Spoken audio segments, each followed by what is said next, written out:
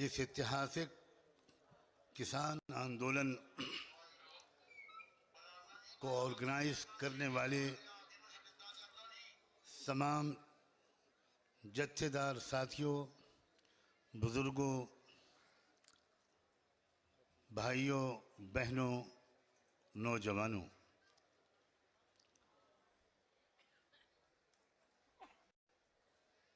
मैं इस वक्त यहाँ आपके पास भारत के तमाम गरीबों, मज़दूरों, किसानों और मुसलमानों का मोहब्बत भरा सलाम पेश करने के लिए आया हूँ। अस्सलामु अलैकुम। वाहे गुरु जी का खालसा, वाहे गुरु जी की फतेह। मैं आपसे सच कहता हूँ, जब से 2 साल पहले मुझे दरबार साहब जाने का अवसर प्राप्त हुआ था और मैंने वहाँ कुछ क्षण बिताए थे, उस वक्त मुझे मेरी आत्मा को ये महसूस हुआ था कि इस भारत के मज़लूमों को जो नई आज़ादी मिलेगी उसकी शुरुआत दरबार साहब से होगी। बाबा गुरु नानक जी की शिक्षाओं से होगी, गुरुवाणी से होगी, और जब ये गुरुवाणी और कुरान एक साथ मिलेंगे तो उस वक्त भारत को एक नई आज़ादी मिलेगी। मेरे बुजुर्गों, मेरे भाइयों, मेरी बहनों, मेरी माँओं, नौजवानों, मैं आपको बधाई देता हूँ और ये बात साफ शब्दों में कहना चाहता हूँ कि ये 3 काले कानूनों के खिलाफ सिर्फ लड़ाई नहीं है, ये आज़ादी की लड़ाई है। आप आज़ादी की लड़ाई के सूरमा हैं। आप इस देश को, जो बड़ी मुश्किल से आज़ादी जिसको दिलाई गई थी, वो दोबारा ग़ुलाम बना लिया गया, लेकिन भारत ग़ुलाम बनने के लिए पैदा नहीं किया गया है। भारत के अंदर जो क्षमता है, भारत में जो रूहानियत है, भारत में जो आध्यात्मिकता है, भारत के अंदर जो सलाहियत और पोटेंशियल है, वो इसको दुनिया का लीडर बना कर रहेगा और भारत को दुनिया के नेतृत्व के पोजीशन तक पहुंचाने के लिए मुझे ऐसा लगता है खुदा ने आपको चुना है। ये तीनों कानून, कहा जा रहा है कि आज तक किसी ने कोई बताया नहीं कि इस कानून में काला क्या है। मुझे नहीं लगता कि काले कपड़े को बारे में कौन क्या बताए कि इसमें काला क्या है, वो तो पूरे का पूरा काला है।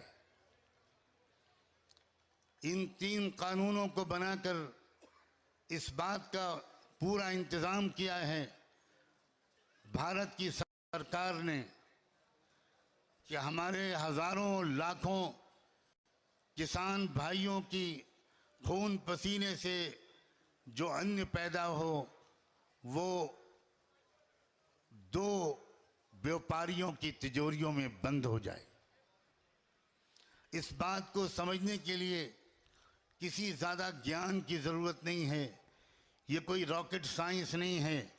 जब आपने ये कानून बना दिया, जब आप एसेंशियल कमोडिटीज़ एक्ट को ख़त्म कर रहे हैं और भंडारा करने की इजाज़त दे रहे हैं कि व्यापारी जितना चाहे अपने गोदामों के अंदर गल्ले को स्टॉक कर ले, और जब देशवासी ये देख रहे हैं कि इस कानून के बनने और बनाने से पहले 2 साल पहले से देश में अडानी के गल्ले के भंडार जो लाखों टन गल्ला इकट्ठा कर सकते हैं वो बन के तैयार हो गए, तो क्या आपने हम देशवासियों को मूर्ख समझ रखा है? क्या आपने हम देशवासियों को अंधा, बहरा और गूंगा समझ रखा है? देश अब पूरी तरह समझ गया है। मैं आपको यकीन दिलाता हूँ भारत की तमाम मस्जिदों के इमाम, भारत की तमाम मस्जिदों के विद्वान और उलमा, भारत का एक एक मुसलमान पुरुष और नए नारी, एक एक नौजवान, ओबीसी के लोग, एससी एसटी के लोग, लिंगायत के लोग, सारे मजलूम और गरीब समाज के लोग इस वक्त आपके साथ शाना बशाना इस लड़ाई में आपके साथ हैं। संयुक्त किसान मोर्चे को पूरे भारत के 115-120 गरीब आवाम की तरफ से सलाम कबूल कीजिए।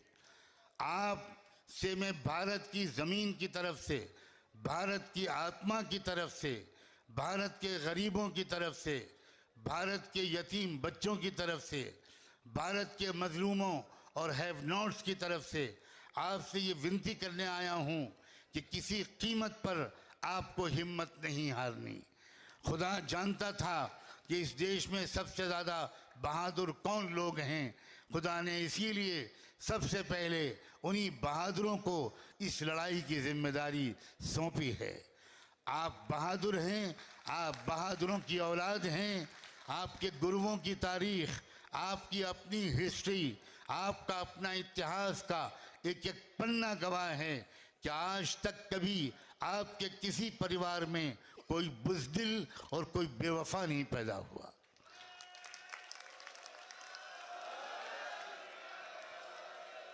आप मन के सच्चे लोग हैं और आप अपनी बात के पक्के लोग हैं। या तो आप कोई वचन नहीं देते, या तो आप कोई वादा नहीं करते। जो कुछ कहना हो वो साफ साफ कहते हैं। मैं बचपन से कितने ही सिख परिवार मेरे बड़े भाई के दोस्त थे, इसलिए मेरा अपने सिख भाइयों के परिवारों के साथ बहुत निकट संबंध था। मैंने शुरू ही से उनके अंदर देखा कि मक्कारी, झूठ और अंदर कुछ और बाहर कुछ, ये सिख समाज में ये बीमारी नहीं है।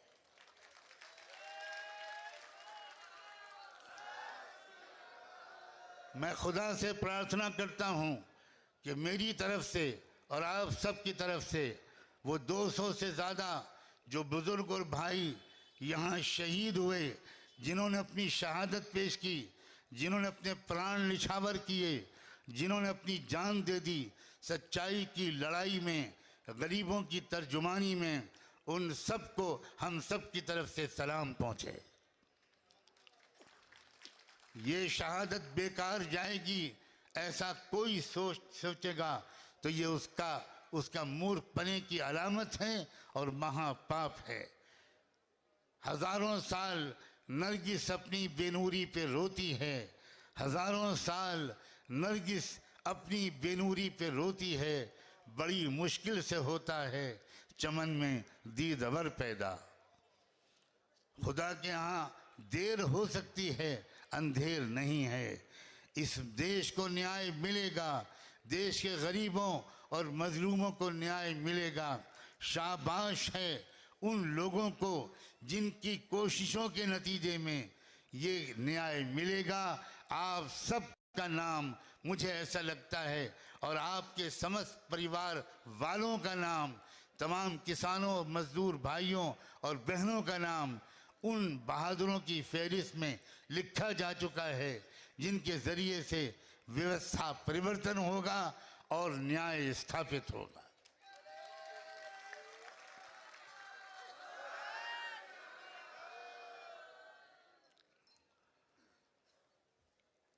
आप अच्छी तरह जानते हैं मैं YouTube के माध्यम से रोज़ाना आपके साथ शरीक होता था।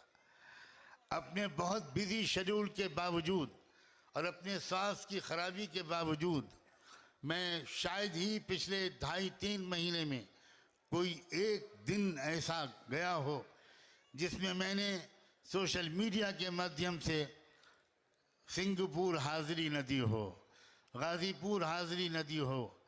मैं इस बात को भी बहुत गंभीरता के से वॉच करता रहा हूँ कि आपके दरमियान आपस में फूट डालने की भी कोशिश की जा रही है।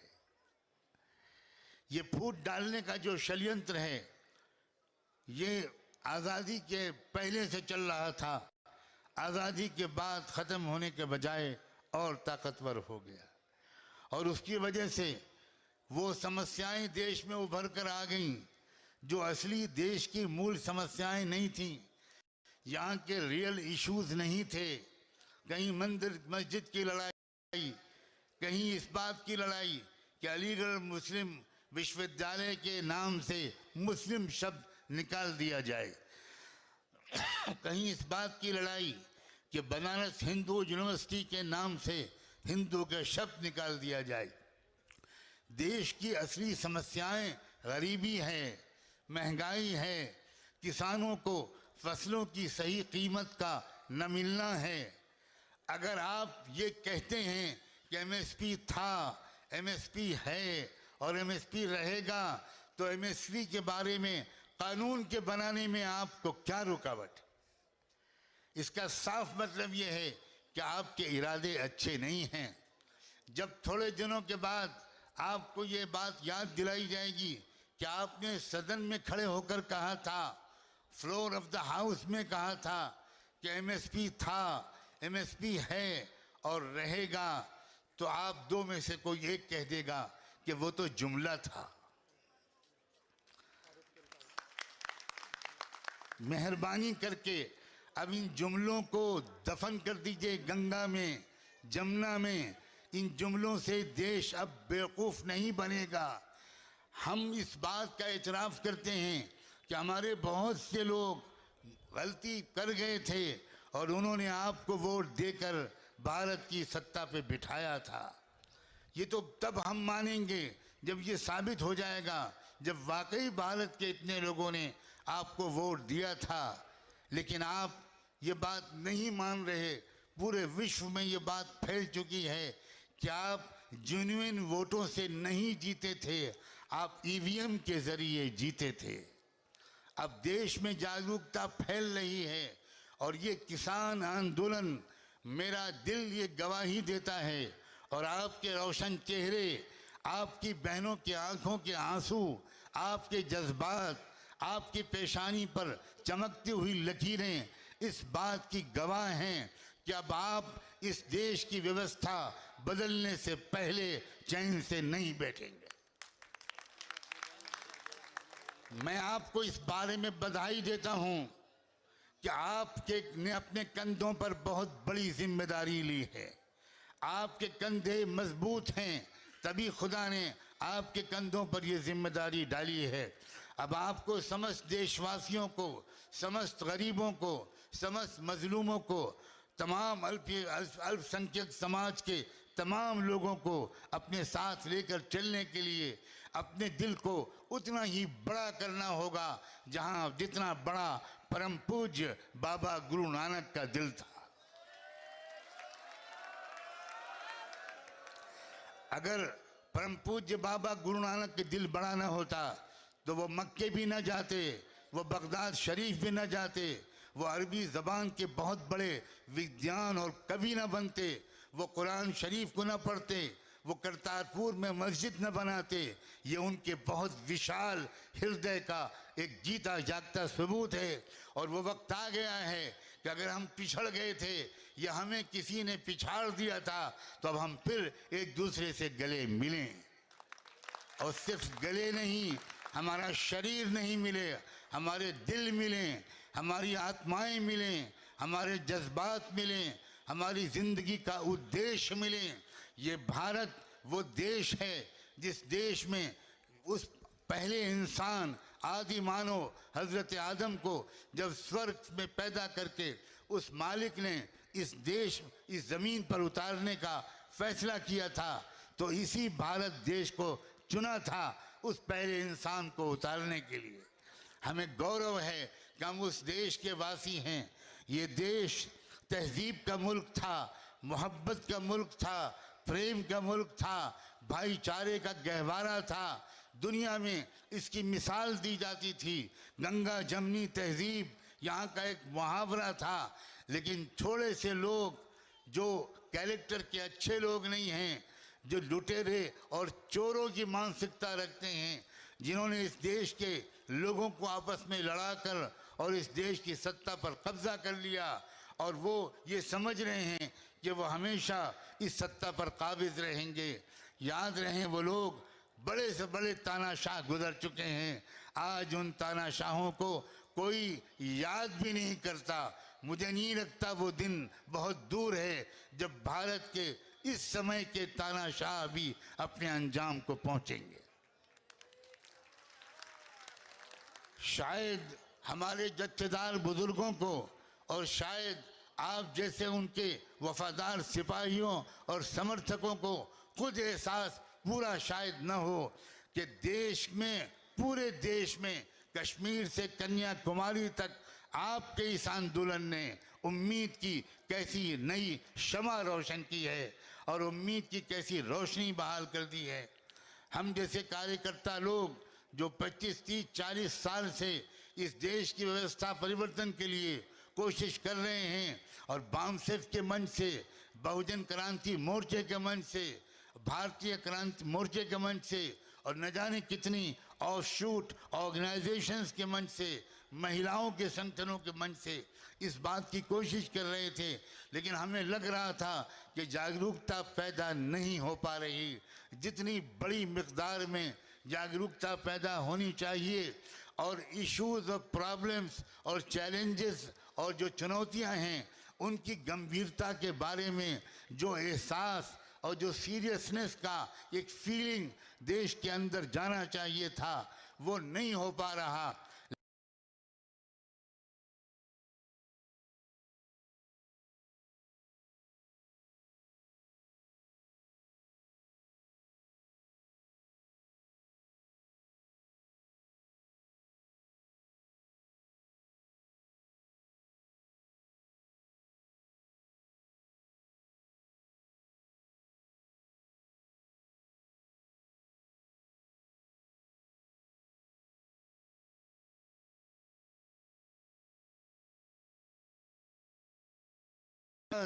राज्यसभा में वोटिंग कराए बगैर इन काले कानूनों को पास करा दिया और ये काले कानूनों को पास कराने ही के नतीजे में आज हम और आप यहाँ बैठे। ये भी समझ लीजिए कि बार बार ऐसा होता है, रोशनी जो निकलती है वो अंधेरे के पेट से निकलती है। देखने वाले दो तरह के होते हैं, कुछ लोग अंधेरों को देखकर डर जाते हैं और घबरा जाते हैं और ये कहने लगते हैं कि अंधेरा बहुत फैल गया, अब तो हाथ सुझाई नहीं दे रहा, अब क्या होगा, अब कैसे चलेंगे, अब अपनी मूल्य आवश्यकताएं कैसे पूरी करेंगे। लेकिन उसी अंधेरे को देखने वाले दूसरे किस्म के ऐसे लोग भी होते हैं जो ये कहते हैं कि अंधेरों की शिद्दत इस बात की अलामत है कि अब सुबह रोशन करीब है, अब सुबह करीब है। याद रखें, जुल्म को बढ़ता हुआ देखकर देखने वाले दो तरह के लोग होते हैं। जो लोग इस जुल्म को और अन्याय को देखते हैं वो दो तरह के होते हैं। कुछ लोग वो होते हैं जो समझते हैं कि अरे अब तो बहुत जुल्म हो रहा है, अब देश में गरीबों का क्या होगा, मजलूमों का क्या होगा, किसानों का क्या होगा, मजदूरों का क्या होगा।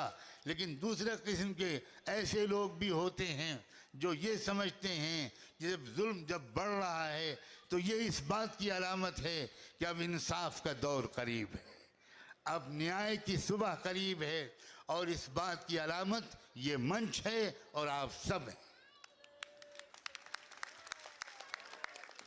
अगर आपने ये हिम्मत न की होती, अगर आपने ये फैसला न किया होता, अगर हमारे जत्थेदार साथियों ने, बुजुर्गों ने ये ज़बरदस्त फैसला न किया होता कि इनफ इज़ इनफ, बहुत हो चुका, अब हमको बाहर निकलना होगा, अब हमको सड़कों पर आना होगा, अब हमको दिल्ली में रामलीला ग्राउंड तक जाना होगा, अब हमको घेराव करना होगा, हमको आवाज़ बुलंद करनी होगी।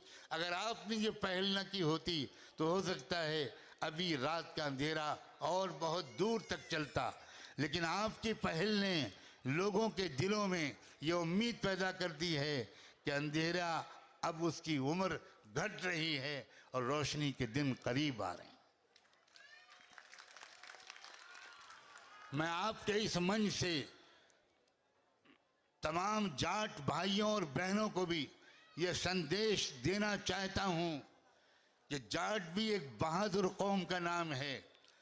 आपने और जाट भाइयों और बहनों ने ख़ास तौर पर जब आपने ये बेड़ा उठाया और पहल की तो सारा देश जात और धर्म की तमाम बाधाओं को पीछे करके आपके साथ आ गया।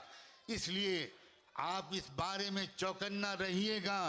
ये तो मैं अपनी तसल्ली के लिए कह रहा हूँ, वरना मुझे आपकी समझदारी पर, आपके विजनरी अप्रोच पर, आपकी इंटेलेक्चुअल कैपेसिटी पर इतना भरोसा और विश्वास है कि आप खुद चौकन्ना रहेंगे। लेकिन मैं ये समझता हूँ कि मैं एक नेक काम करके जाऊँगा अगर आपसे ये रिक्वेस्ट करके जाऊँ, ये विनती और ये निवेदन करके जाऊँ, बल्कि ये प्रार्थना करके जाऊँ कि किसी कीमत पर जाट और सिख और ये किसान एकता को कभी कोई दरार न पड़ने दीजिएगा।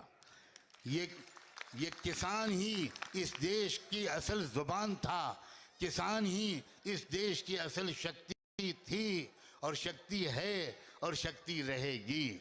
इसलिए आप अब सबको अपने साथ लगाए रखिए, खूब चौकन्ना रखिए कि जो दुश्मन है वो हर कीमत पर हमारी सफ़ों में दरार पैदा करने की कोशिश करेगा।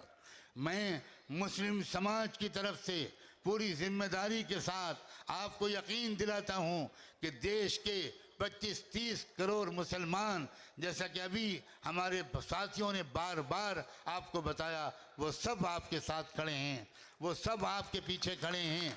हम कोई नमाज ऐसी नहीं होती जिसमें आपकी कामयाबी के लिए दुआ न करते हों। जगह जगह दुआएं हो रही हैं, जगह जगह मस्जिदों में, दरगाहों में उस मालिक से गिड़गिड़ा कर लोग दुआ भी कर रहे हैं। नौजवान आपके साथ हैं, यूनिवर्सिटी के स्टूडेंट्स, लड़के और लड़कियां आपके साथ हैं। और क्या अच्छा हो कि पूरे देश में भी आपके कुछ प्रतिनिधि पूरे देश का दौरा करें।